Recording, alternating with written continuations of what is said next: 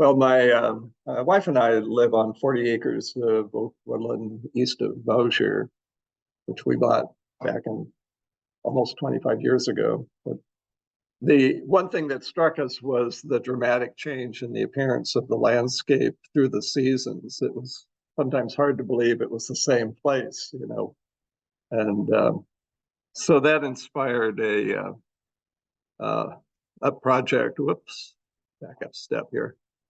To rather than depend on memory to document photographically the seasonal variations. And so one day I just went out with a handful of landscapers' flags and marked photo points across the 40 acres, just picking locations that were represented a variety of circumstance and aspect and plant types and that sort of thing in a very informal, impulsive way. I ended up with a couple dozen of them, and I committed myself to visiting those 24 photo points once a month. So my drill has, and this is about 3 years ago. So my drill would be to set up a camera on a pano gimbal and then shoot 2 panoramas from each photo point, each 180-degree span, because I couldn't decide which direction to look. So let's just cover the whole thing. And so I've got that down so that I could do the whole circuit in maybe half a day. And then, of course, that's followed by processing the panoramas. This is just a screenshot from Adobe Lightroom. And the resulting panoramas I organize in a Lightroom collection and then use their slideshow module.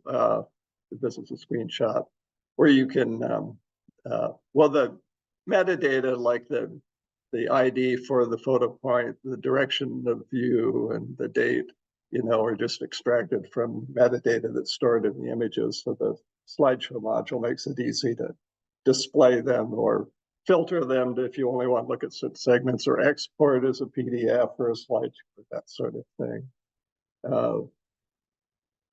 But the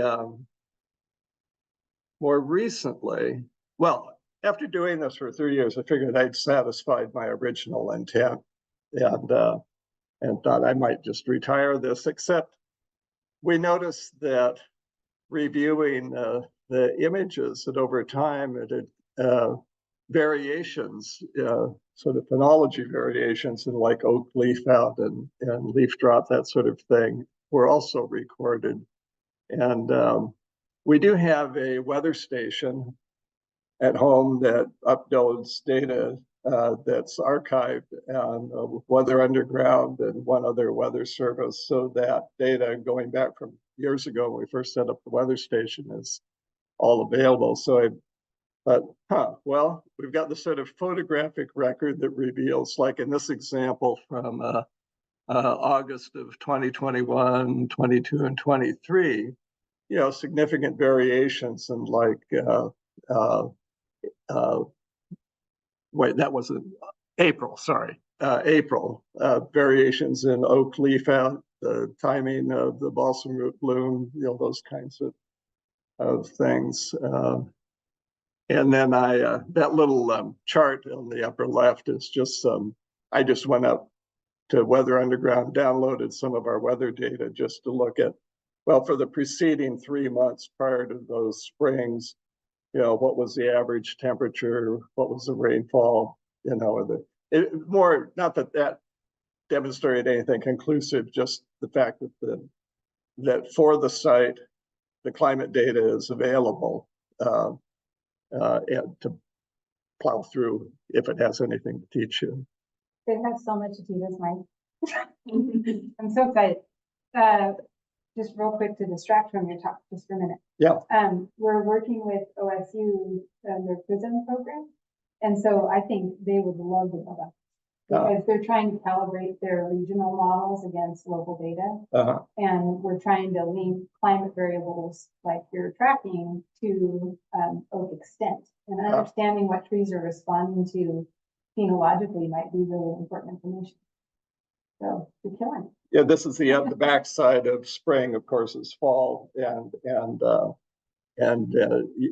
again, you witness the variations at the other end of the season in leaf fall or retention. I also noticed in this scene there's quite a big variation in the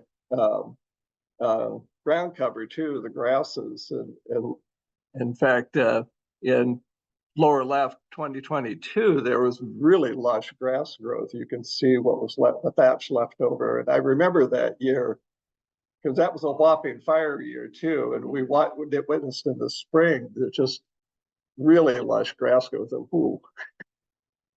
Anyway, I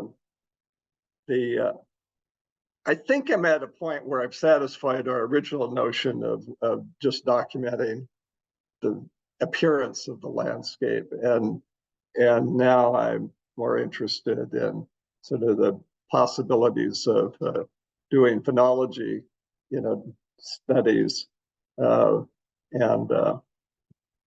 other variations on the theme. But yeah, I'd be interested in, well, the 30 years I spent at Intel, we're mostly doing electron microscopy, mostly to answer questions about, if we ran process development experiments, what happened?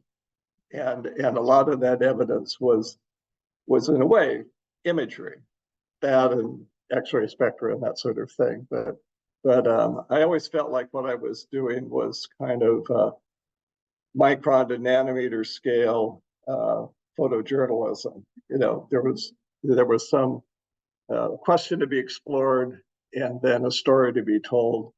And in my case, the story predominantly was pictures or data presented as pictures. But, you're well positioned for your new job. Yet another. Anyway, that's that. Thank you so much. Sure enough. Wonderful.